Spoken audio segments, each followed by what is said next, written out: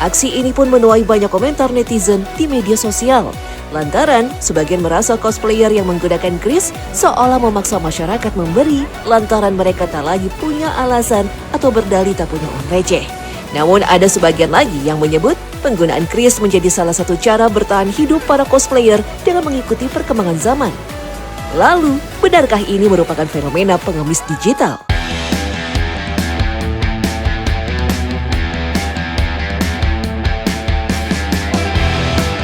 Sejak adanya dompet digital dan pembayaran yang semakin mudah menggunakan kris, banyak orang kini tak memegang uang tunai.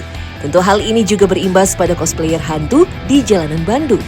Tak hanya satu cosplayer saja seperti yang kita lihat viral di media sosial.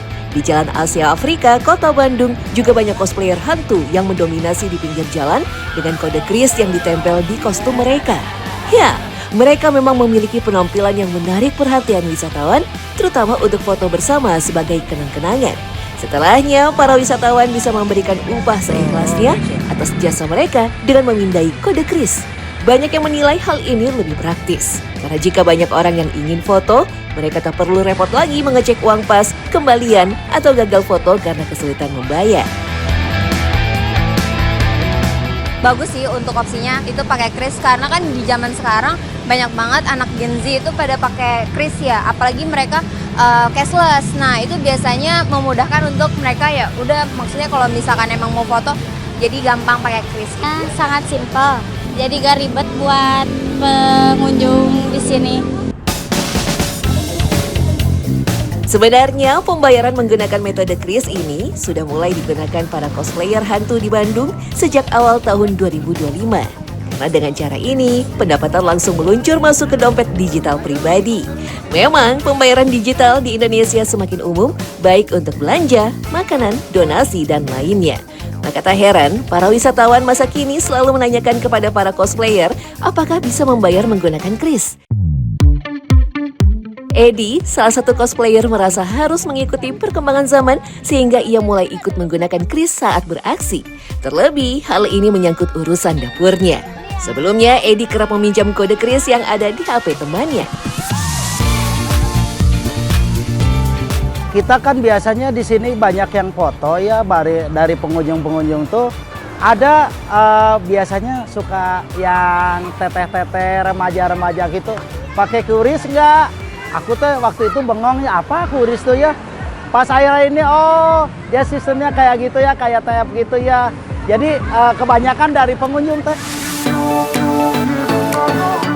Faktor lain yang menyebabkan para cosplayer kini menggunakan kris saat bertemu wisatawan asing yang tak membawa uang recehan, mereka jadi tak mendapatkan uang sepeser pun. Cara praktis dengan kris membuat mereka tak perlu takut kehilangan pendapatan. Meski begitu, pria yang sudah 8 tahun menjadi cosplayer ini menuturkan bahwa tidak semua pemeran hantu di sini menggunakan kris. Terkadang, mereka harus menggunakan satu kode yang sama beramai-ramai. Ya itu hasilnya kita bagi-bagi aja. Misalkan kita dari pengunjung kuris stepnya berapa ya kita bisa ada 3 orang bagi 3 orang gitu. Jadi seperti itu. Jadi bukan untuk pribadi, untuk 3 orang itu. Misalnya ada 4 orang. Jadi rata kita sistemnya adil gitu. Berbeda dengan Birin yang sudah hampir 4 tahun menjalani profesi ini. Meskipun kode kris mempermudah metode pembayaran, ia tetap harus menyesuaikan diri. Misalnya, sinyal yang terbatas ataupun sistem kris yang membuat uang dari wisatawan tidak langsung masuk ke rekening pribadi. Bisa dibilang simpel juga bisa, cuman kita harus ngambil lagi ke itu buat nariknya kalau di QRIS. Jadi harus kayak 2 kali? Iya 2 kali, kebanyakannya sih nggak ada kuota, baterai habis, emot juga. Bicara tentang cosplayer hantu, ternyata mereka memiliki komunitasnya sendiri loh. Kelompok yang dinamai Komjuring Bandung ini sudah resmi diakui pemerintah setempat sejak 3 tahun belakangan. Sehingga mereka pun sudah mendapatkan izin resmi untuk beraksi di kawasan Asia Afrika. Setiap hari, para cosplayer sudah sampai di lokasi sekitar jam 1 siang untuk mempersiapkan diri seperti menggunakan riasan dan kostum hantu. awal-awalnya boleh-boleh aja sih, cuman dulu nggak kayak sekarang gitu ya. Kalau dulu tuh ada PP, istilahnya mau disuruh mundur ya mundur dulu ke belakang ya. Sekarang kita lebih nyaman, lebih enak aja kita majang di sini karena kita udah lega yang tadi ya, udah ada identitas, ID card ya, kita lebih enak aja gitu. Tentu setelah diakui secara legal, mereka memiliki jadwal bekerja secara resmi. Setiap hari Senin sampai Jumat mulai pukul 3 sore hingga 9 malam dan Sabtu Minggu mulai pukul 8 pagi hingga pukul 11 malam. Bicara tentang pendapatan, memang pendapatan mereka tak sebanyak dulu. Namun adanya Kris sangat membantu pengaturan pemasukan mereka. Kalau dulu mereka bisa cosplay kapan saja, bahkan seminggu full, tapi sekarang sudah ada aturan baru. Dalam 1 minggu, maksimal 4 hari bermain. Penghasilan ya kita ada pembagian dengan koordinator juga ya gitu. Jadi kita bukan milik pool sendiri, enggak. Ada kan kita di sini ada biaya iuran, biaya untuk apa-apa ada gitu ya. Jadi memang di sini kita legal itu jelas karena ada ketua, ada koordinatornya, juga ada keamanannya juga. Di sisi lain, tidak ada aturan yang melarang para cosplayer untuk memakai jenis kostum hantu apapun, bahkan yang paling seram sekalipun. Seperti Birin, ia memilih memakai kostum hantu berkepala 3 agar lebih menarik perhatian wisatawan. Beberapa cosplayer menganggap diri mereka bukan sekedar penghibur, tapi juga seniman yang mengedepankan keahlian merias diri. Apalagi tidak semua kostum tersedia pada waktu yang dibutuhkan. Kalau biasanya kan pakai matiin putih, terus ada acara ya nggak mau harus pakai yang ada yang kepala 3.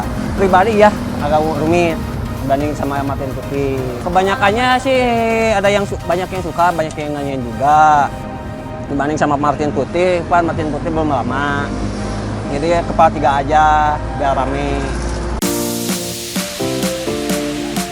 Menggunakan kostum hantu yang seram tentu sangat rumit pada bagian persiapannya. Uniknya, alat rias yang dibutuhkan hanya 2 saja, yaitu bedak dan shadow. Disinilah keahlian mereka diuji, yakni merias wajah seseram mungkin dengan alat yang terbatas. Goresan demi goresan dilakukan dengan sangat detail demi hasil akhir make up yang sempurna. Mereka harus paham betul soal anatomi dasar wajah, sehingga tahu bagian mana yang harus digelapkan ataupun menggambar urat agar menimbulkan efek seram. Kalau makeup gini mah 4 harian, kalau makeup yang lain hampir ada 1 bulan sampai 6 bulan juga ada kalau masih akan belajar. Kalau masalah makeup mah pribadi sih biar agak simpel kan, pribadi aja.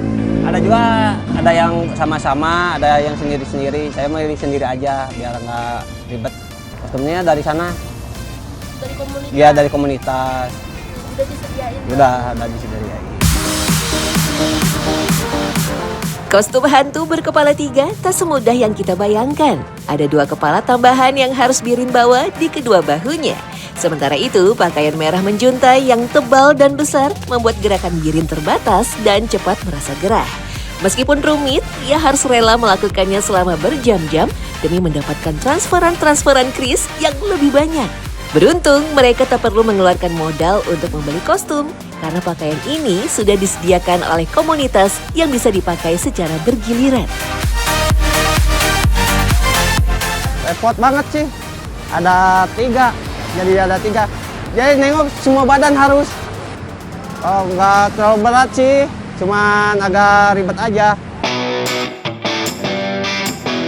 Di tengah panasnya kostum, beratnya riasan, sampai suasana dinginnya kota Bandung, semangat para cosplayer hantu tetap membara. Karena bagi mereka, seram bukan sekedar tampilan, tapi bentuk seni yang menghibur wisatawan.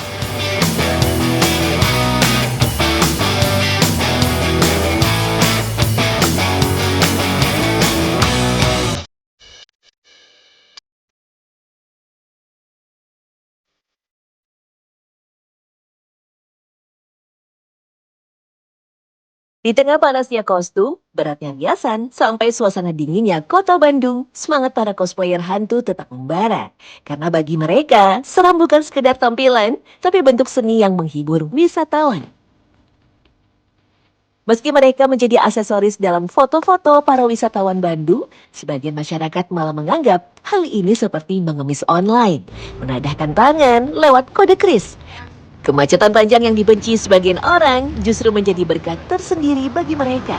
Semakin padat arus lalu lintas, semakin besar peluang interaksi dengan pengendara, dan semakin besar pula potensi pendapatan yang bisa mereka bawa pulang. Bisa dong.